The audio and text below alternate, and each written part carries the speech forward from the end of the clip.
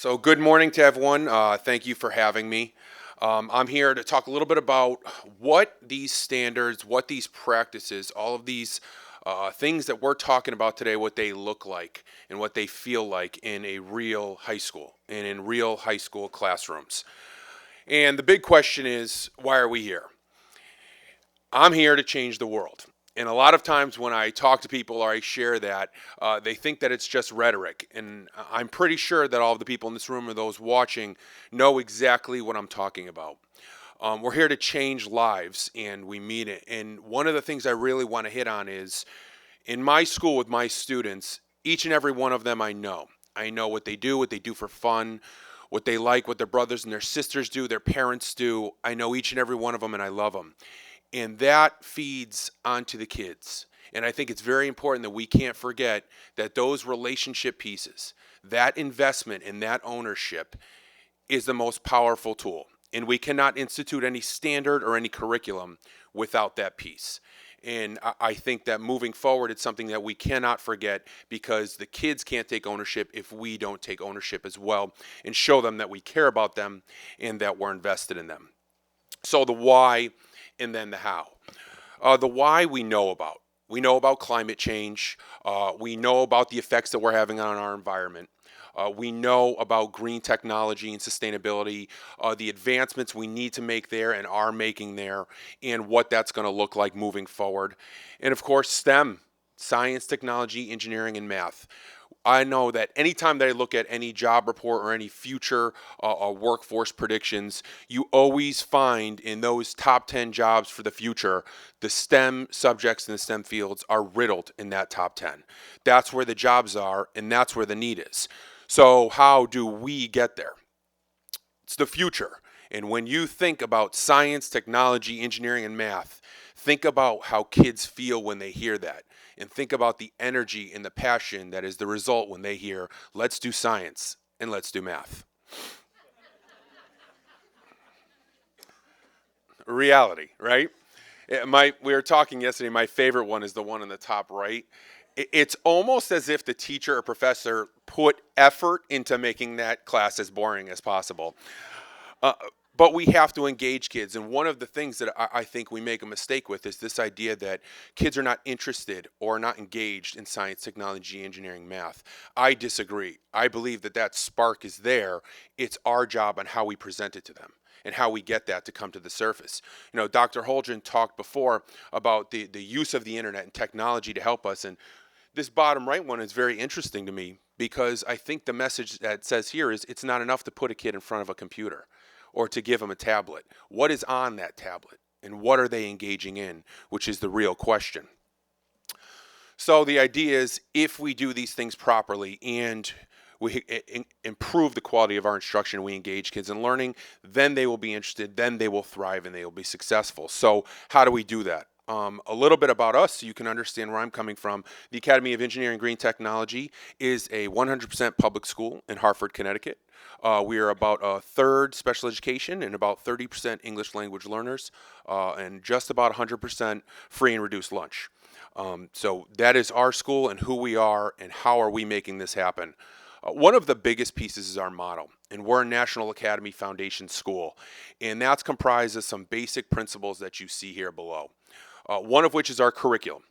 So we have to infuse our theme into everything that we do at our school. And I'll talk a little bit more about that in a little bit, but that's where you really see the rubber hit the road and where you can see real success.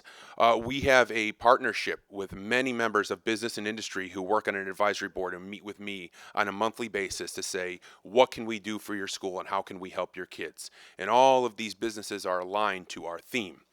And then the last piece is work-based learning opportunities. And I'll talk a lot about that, but getting kids real-world experiences where they can apply what they're learning.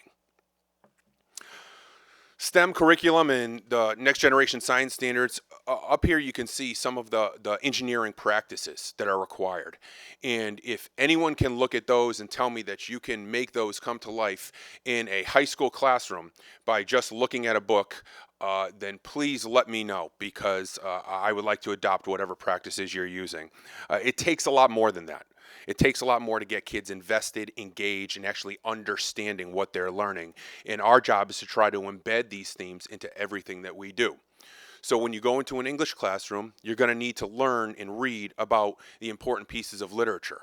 But our students also engage in public speaking skills, in debating around issues like global warming and climate change. In our social studies class, our kids just learning about the history of what happened, the dates and names and times, or are they looking at the advancements in technology throughout history, how climate has changed over time? How are they engaging in those different aspects of STEM education? Industry and education is a major part of what our school has been able to do. And these pictures are not just pictures I found. These are our kids, and they are engaged. We have students that go and do work-based learning opportunities and internships at our partner companies. They engage in real-world activities. They're doing environmental impact studies. They're working at UTC Aerospace. They're working with project teams at Pratt & Whitney and learning about the environment and how it affects the economy and what their role is at places like GEI Consultants and AI Engineers. These companies come into our school to make things applicable and relevant. And that is a powerful piece because they hear it from me all the time. All the time I'm saying, remember, you've got to do this. This is why that's important. That's why you have to, get a job someday and go to college. When they hear it from people who are in the real world, who are doing it, who are out there engaging in these STEM fields and in these STEM practices, it is powerful. And the kids get, so this is why I learned what I learned in my physical science class. So here's how I apply my Algebra 1 skills to the real world. You have to build ownership and investment because we cannot force kids to care about the environment, about the climate, force kids to be interested in STEM. We have to show them what is out there for them and offer them the opportunities to experience it firsthand. And these work-based learning opportunities take the kids to the next level. They allow them to engage with experts in the field, to come back to the school, and they are changed citizens within our school.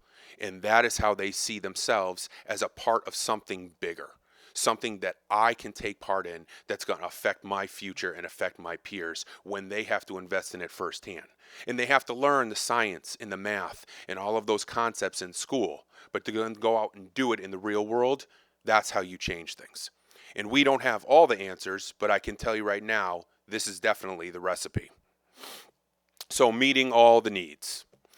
We have to have an engaged curriculum. We know that. We have to address our next generation science standards. It's got to be rigorous. You've got to challenge your kids at all different levels. And we want to have project-based learning and inquiry-based learning in our kids, right? And culminating with that real-world experience. And what we've learned is you cannot do just one. If you have kids sitting in a classroom and they are looking at a book, it's not enough. If you have them building and creating, it's not enough.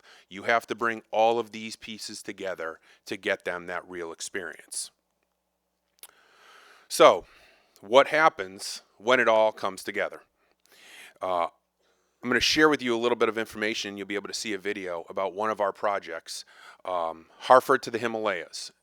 And what happened here was one of our partners had traveled a lot to Nepal and came across a small schoolhouse in a village that had no power and no electricity. And the kids were doing amazing work with not many resources. And he came back to the States and in Connecticut, where we are, and said, I'd love to get these kids some power. And instead of writing a check and shipping this thing out there, how can I get students involved in this? And he had heard from that partnership about the Academy of Engineering and Green Technology. And that's where we started. And our kids, from the real get-go, researched and looked at the geography and the climate in Nepal. They researched multiple wind companies, and I will tell you, it's something very interesting to watch a business person come into a school and sit down with 16 and 17-year-olds in front of them, and they have to convince them why they should buy their product. It's a humbling experience for adults and a wonderful thing to witness, but also an empowering thing for kids.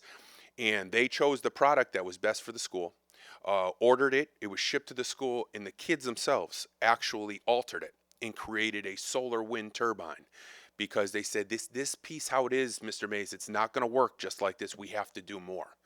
And so they tested it, built it, and shipped it. And you're going to see a little bit now about how that turned out.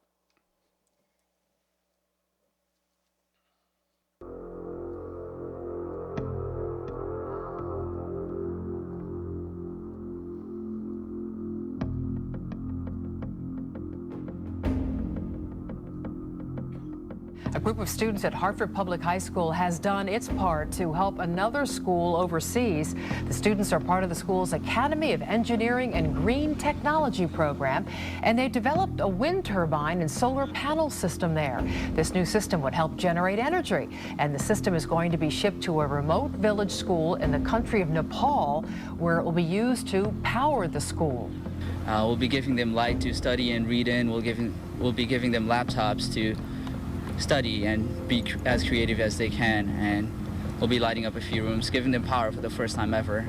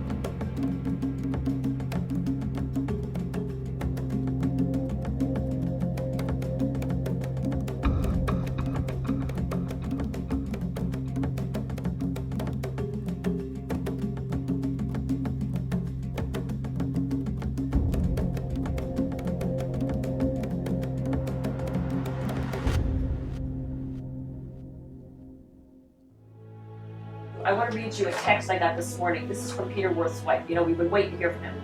7:03 this morning, text from Suzanne Worth. Good morning, Dale. Just heard from my niece, and the team is safe and sound in Kathmandu. No details on the mission, more to follow. Thanks for keeping us in your good thoughts. So I was so relieved because, you know, we didn't know if he was okay. We haven't heard from him in over a week. Then at 7:50, I got, Dear Dale, she is up and running and powering 6 laptops, running the blower, heater, and lighting 3 classrooms. My classmates that they've known me prior to this project, I wasn't patient. I had so many difficulties, like educational wise and academically and behavioral wise. I was not the best student, but this project taught me responsibility. I know one person that I'll be proud is my grandfather, because he taught me to be like perfect. He never wanted me to think like negative at all. He always wanted me to push myself, even if it ain't perfect, to like, you know, show and do the work and make it perfect. Not like, you know, give up. To never give up. Just keep pushing. Before I moved here, I was a trouble student. I used to fail my classes. I didn't really care much. I used to get in fights. And moving here and working on this project made me see my ability as like I can do something to help someone who is less fortunate. Because I know what it feels like to go to bed at night without having electricity to do your homework, have to use candle lights, just strain your eyes just to write a paper.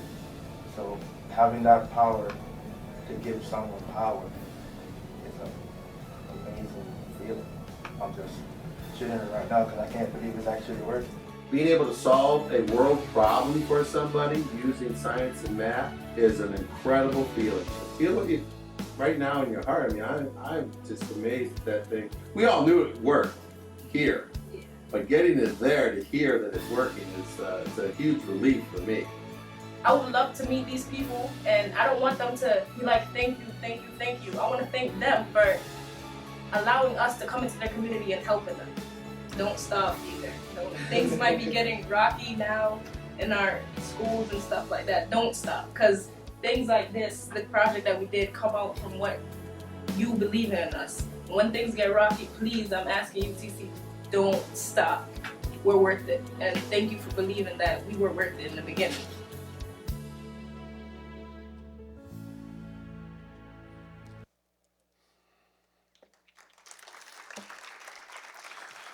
So, thank you. As a principal, you often get blamed for many things that aren't your fault, but you more than often get credit for things that you don't deserve. And my kids are excellent at that.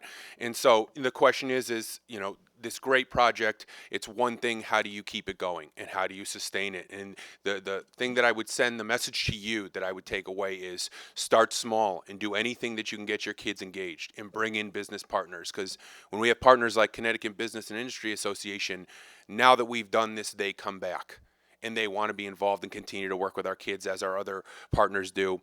And sustainability. We have a Nepal 2.0 project that everyone will get video of soon, where the kids heard about the first one and we went from 8 to 24 kids involved. And now we have 2 turbines up that are powering 2 villages and birthing centers in 2 other parts of Nepal. We have a lunar rover team and a robotics team. And now we have students this year building a solar-powered charging station at the school. Giving kids these opportunities and showing them what they're capable of. I had something that I haven't had in all of my years of education, and kids coming up to me and saying, Mr. Mays, when's my turn? When do I get to do something important? And that's how you build it. One group at a time, one kid at a time, one day at a time. And we don't have all the answers, but I think we have the recipe. And I always say, if you want kids to understand STEM, you can't just talk about it, they need to live it. Because as you've heard me say throughout the presentation, relevance equals ownership. And you can't force kids to care. You have to show them what's out there. You have to show them so that they can spark their interest in their passion. And our kids, they no longer ask just why. They say, how am I going to change my world? What problem am I going to solve? Mr. Mays, what's next? Thank you all so much for your time, and I appreciate it. And I want to thank WGBH so much for having me. Everyone have a great rest of the day.